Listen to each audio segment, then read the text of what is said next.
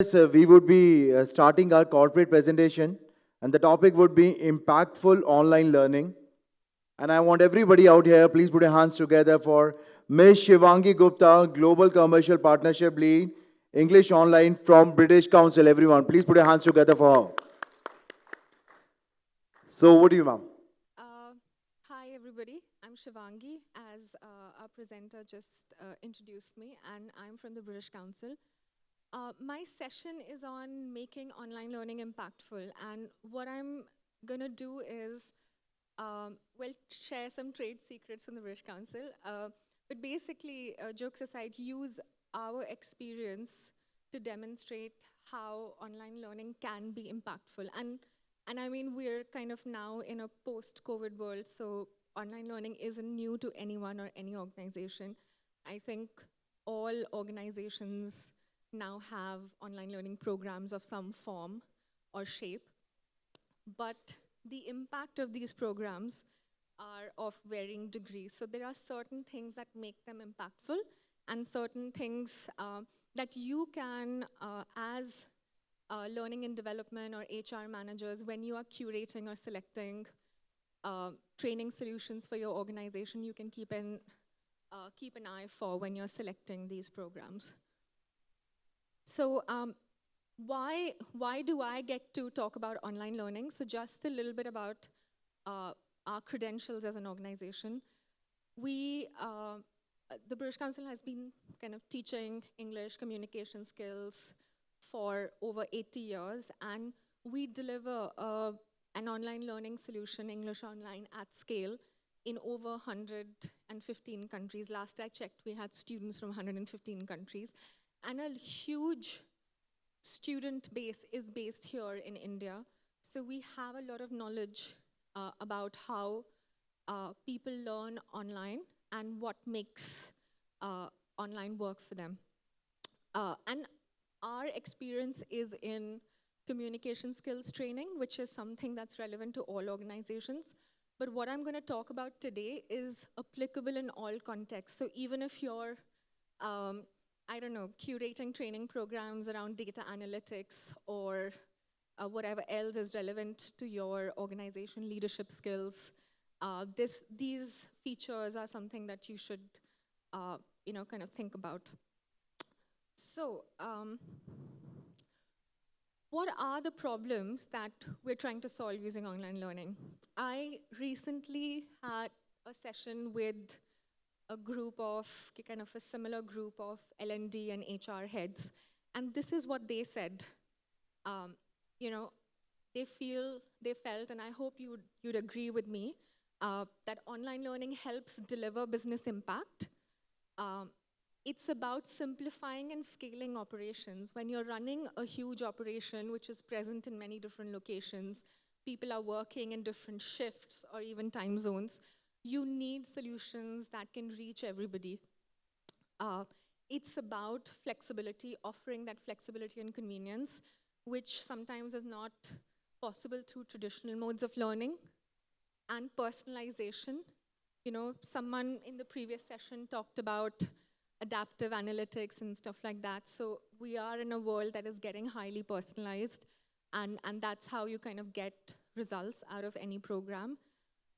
It is about allowing cross-collaboration, How can learning and development be a platform where different parts of your organization, maybe different verticals, maybe different geographies, can actually collaborate and learn from each other and reduce delivery costs. So these are the things that, it's a long list, but these are kind of the things that, this is what I heard from your peers from some of the organizations that we had an interaction with.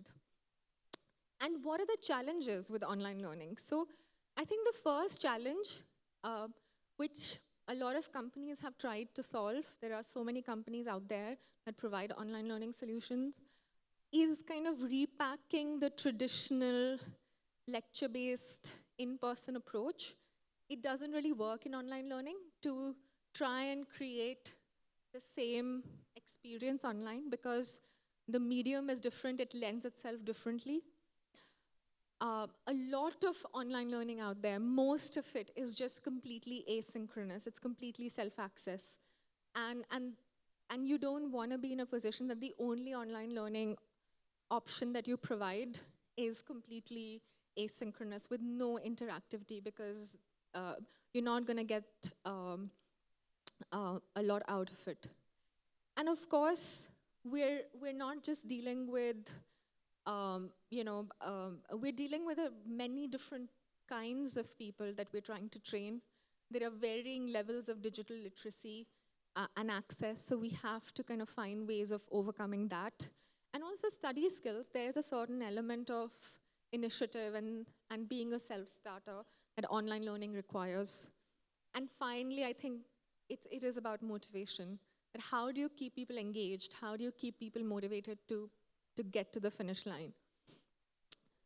So there are 4 things that in our experience that we feel make online learning impactful. I mean, this is obviously assuming that the basics are met, that you have relevant content and you've got a good trainer and all of that.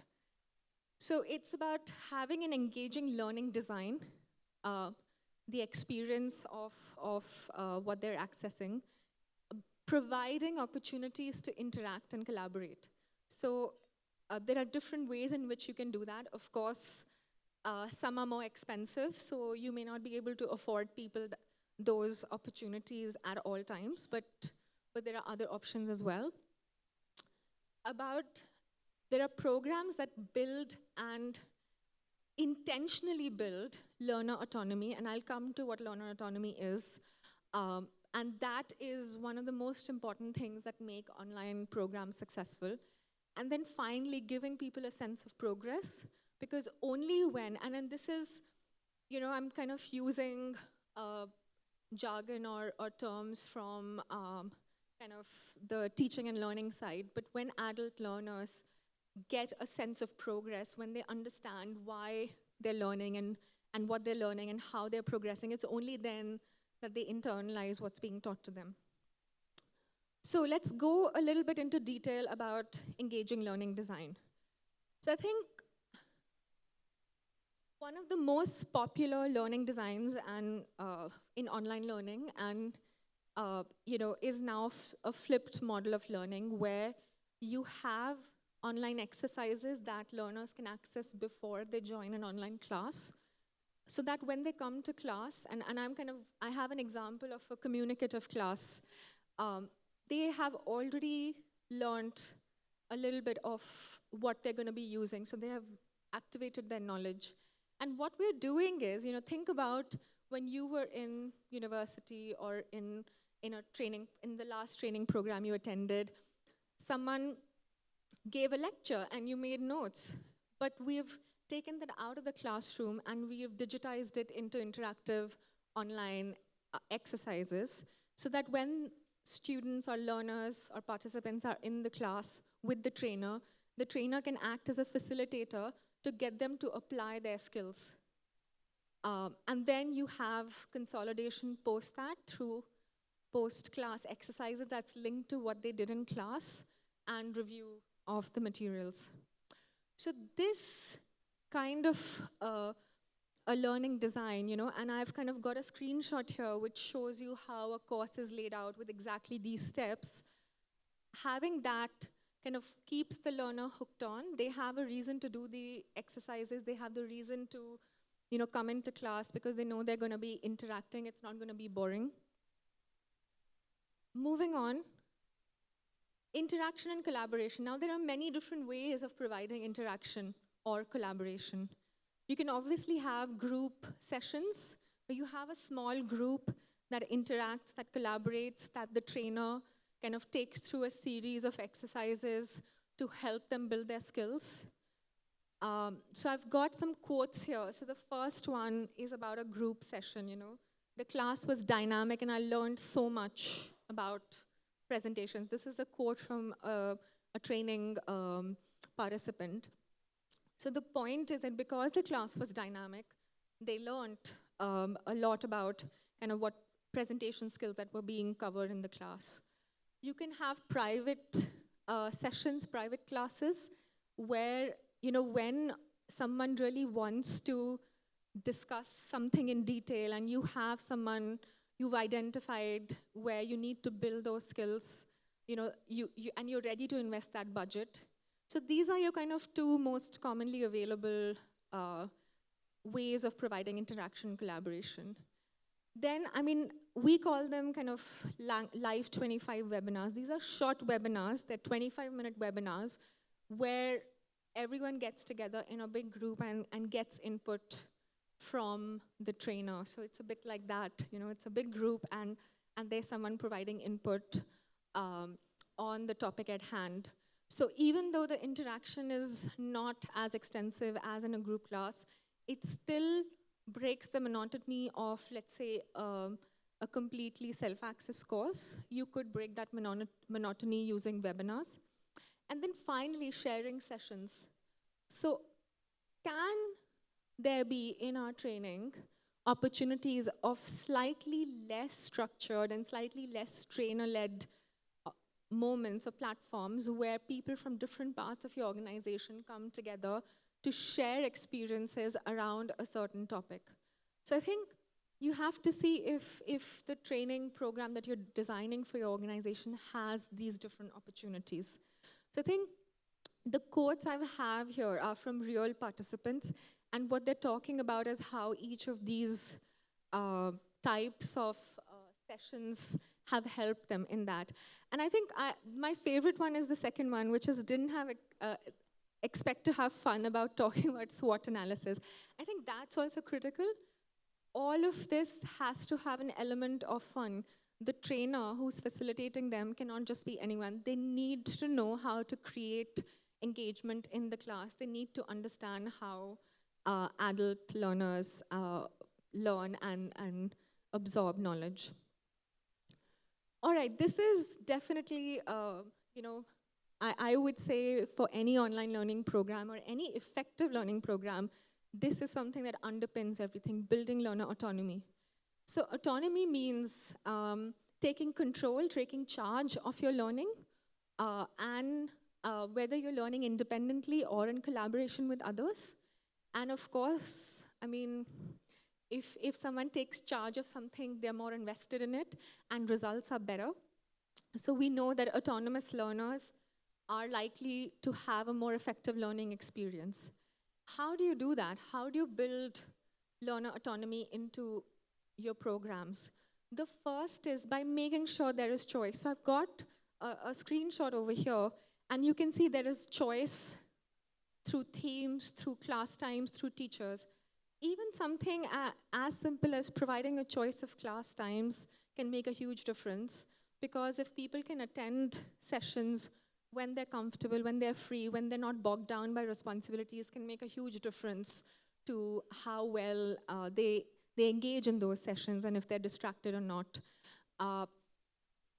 You may have a certain thrust, a certain focus that, okay, this is your business objective and this is what you want people to learn. But instead of having completely fixed programs, if you give them some choice, because everyone can sort of assess for themselves also that there are areas that they want to perhaps focus on, and give them that choice, they will engage better instead of just being told to follow a completely structured, inflexible pathway. Then it's about kind of learner training. So in kind of training parlance, we would call it learner training, and we can do it through an effective onboarding, through how-to videos, by providing help. And that learner training, or kind of inculcating study skills, is essential. Inculcating skills around time management, navigating the course is essential to make sure that learners feel confident to take decisions, to go and do stuff. Because a lot of times when people are not engaging with the training program, it's not about that they're not interested. It's that they're hesitant that they'll get something wrong. Making sure that the platform that you have has an intuitive, slick, user-friendly user experience. There is no replacement for having a platform that people with different levels of digital skills can use. There's a reason why we're all kind of addicted to a certain extent to certain sites and like, let's say, certain social media sites because the user experience is so engaging that it keeps you locked in. And that's that's same for training programs. And I've seen plenty of stuff out there that isn't that intuitive, and that will come in the way of having people learn. When there's mental friction, people don't learn. And then finally, having support, having participant or learner support at hand, so that when they do get stuck, and invariably, even in a perfect situation, they would, they have help at hand, and they know that they can reach out. And when people are scaffolded in that support, they're going to go and experiment, go and kind of make decisions. And learners who make proactive decisions are good learners. So empower your learners. And finally, communicating a sense of progress. Your training platforms need to have clearly organized content with clear objectives mentioned there so that the learners can see what's happening. What is this piece of content or this lesson or this session or class about? Gone are the days when someone did a long course and waited for a certificate at end. Now, you know, we're in the age of micro-assessments, and I can't, or micro-credentials, and I can't stress the importance of that. Even if someone is doing a long program, there need to be milestones, short ones, where they can feel that, yes, I have achieved something, I have gained, you know, a reward or an acknowledgement through a credential that I can use. So for instance, I mean, I'll give our example. When we give out these micro-credentials, we also make sure that they are accredited through blockchain so that that's something that instantly goes into the participants' professional profile, and they can use it with, you know, their own company or elsewhere. And then, of course, having transparency through dashboards. So as a training manager, you need access to, you know, to a dashboard that you can track your participants through. The participants need access to dashboards as well. So having that visual representation and making it easy for all stakeholders to understand what's going on is critical. So I think to conclude my session, it's really simple when you think about it. We had 4 challenges, and for each challenge, we have a solution. So you can use digital technology and the features and the flexibility that it affords you and create a response to traditional modes of learning and make it more engaging through flipped classrooms, through integrating online exercises with live learning. You can kind of break that monotony of asynchronous learning through some level of interaction and collaboration. It doesn't have to be a private class. It doesn't have to be a group class. It can be a webinar. It can just be a sharing session.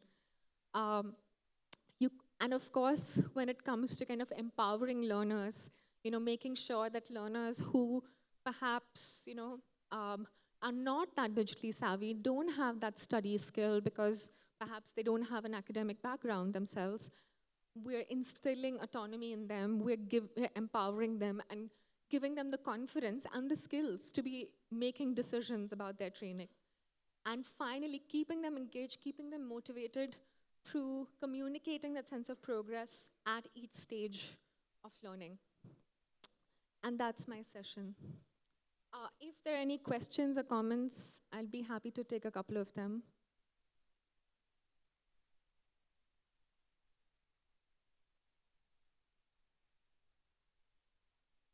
All right, thank you very much for your time. We are also out there. You might have seen our kind of stall outside in the expo, so come and meet us if you like, if you have further questions during the break. Thanks, everyone.